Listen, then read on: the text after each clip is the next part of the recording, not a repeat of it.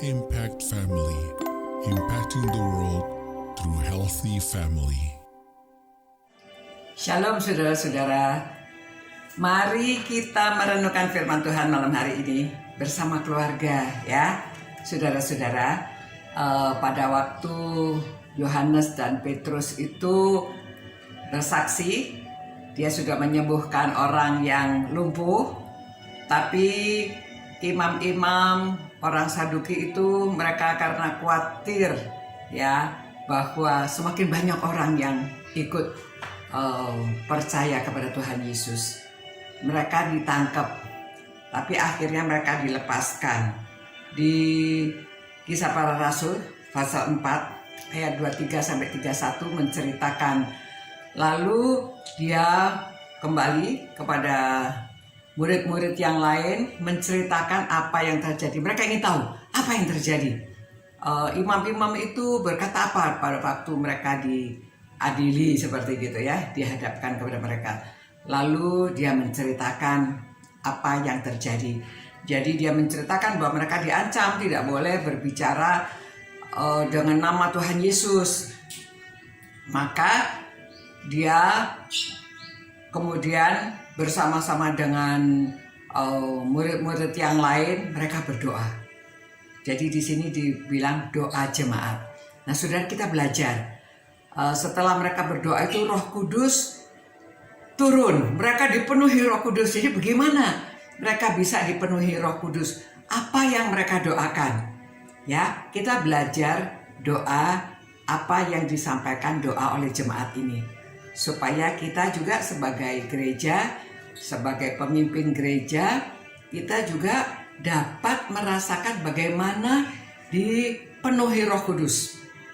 Ya, jadi pada waktu setelah mereka menceritakan, mereka mendengar ini dan mereka mengatakan, ini doanya ya, ya Tuhan, Engkaulah yang menjadikan langit dan bumi, laut dan segala isinya, dan oleh Roh Kudus dengan perantaraan hamba-Mu Daud, Bapa kami, Engkau telah berfirman. Ya, jadi dia mengagungkan Tuhan, kemudian dia mengutip dari firman yang pernah disampaikan dalam Mazmur ya, Mazmur 2 ini ya.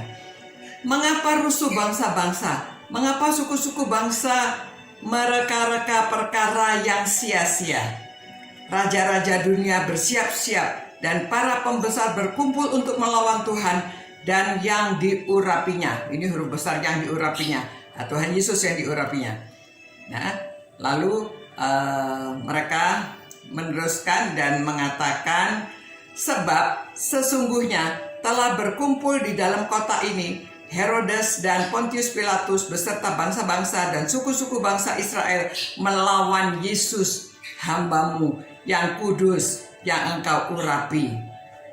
Jadi mereka mengadukan apa yang terjadi ya, walaupun Tuhan sudah tahu, tetapi disebutlah apa yang terjadi. Nah, untuk melaksanakan segala sesuatu yang telah Engkau tentukan dari semula oleh kuasa dan kehendak-Mu. Ya. Dan sekarang ya Tuhan, ini permintaan mereka ya. Lihatlah bagaimana mereka mengancam kami, dan berikanlah kepada hamba-hamba-Mu keberanian untuk memberitakan firman-Mu. Yang mereka minta adalah keberanian untuk memberikan firman-Mu. Ulurkanlah tangan-Mu untuk menyembuhkan orang, dan adakanlah tanda-tanda dan mujizat-mujizat oleh nama Yesus hamba-Mu yang kudus. Ya, selain dia minta supaya mereka diberi keberanian, mereka juga minta supaya mereka dapat melakukan menyembuhkan orang, jadi melakukan kebaikan kepada orang lain ya, dan juga mujizat-mujizat. Tapi yang mereka lakukan, mereka juga mohon semuanya dalam nama Yesus ya. Nah, apa yang terjadi saudara? Dan ketika mereka sedang berdoa, goyanglah tempat mereka berkumpul itu, dan mereka semua penuh dengan Roh Kudus. Lalu mereka memberitakan firman Allah dengan berani Ya, jadi itu cirinya orang yang sudah dipenuhi Roh Kudus memberitakan firman Tuhan dengan berani. Dan bagaimana mereka diurapi? Mereka berdoa. Mereka mohon supaya terjadi seperti yang difirmankan Tuhan, seperti yang dikehendaki Tuhan. Nah, yang difirmankan, yang dikehendaki Tuhan, dan mereka memohon supaya Tuhan mengulurkan tangannya. Lalu supaya mereka dapat melakukan apa yang harus mereka kerjakan kepada orang-orang yang ada di sekeliling itu. Saudara, mari kita minta, kita juga berdoa caranya begini, ya. Memohon, jadi saudara mesti kuasai Alkitab supaya tahu mengutip apa yang pernah dijanjikan oleh Allah, apa yang pernah dijanjikan oleh Tuhan kepada kita. Jadi di sini saudara ya, kita mengagungkan Allah, kita mengutip janji-janji Allah, kemudian kita sampaikan apa yang terjadi dalam keadaan kita sekarang, lalu kita mohon, kita naikkan permohonan kita. Maka mereka dipenuhi oleh Roh Kudus. Kita juga demikian ya, apalagi kalau kita ini sudah menjadi pemimpin-pemimpin di gereja. Supaya kita juga dipenuhi oleh Roh Kudus, harus suka berdoa. Ini namanya doa jemaat, kemudian Allah memenuhi mereka dengan Roh Kudus.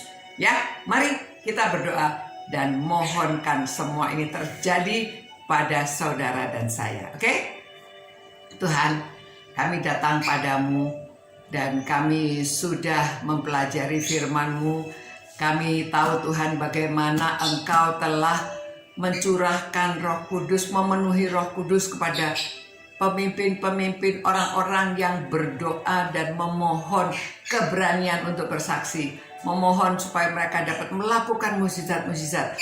Oleh sebab itu Tuhan, kami juga mohon Tuhan akan mengurapi orang-orang yang merenungkan firman-Mu ini, supaya kami juga dipenuhi dengan Roh Kudus, kami memiliki keberanian dan kami dapat melakukan perbuatan-perbuatan seperti yang Tuhan kehendaki, apa yang harus kami lakukan. Terima kasih Tuhan, demi nama Yesus Kristus kami berdoa dan memohonkan semua ini.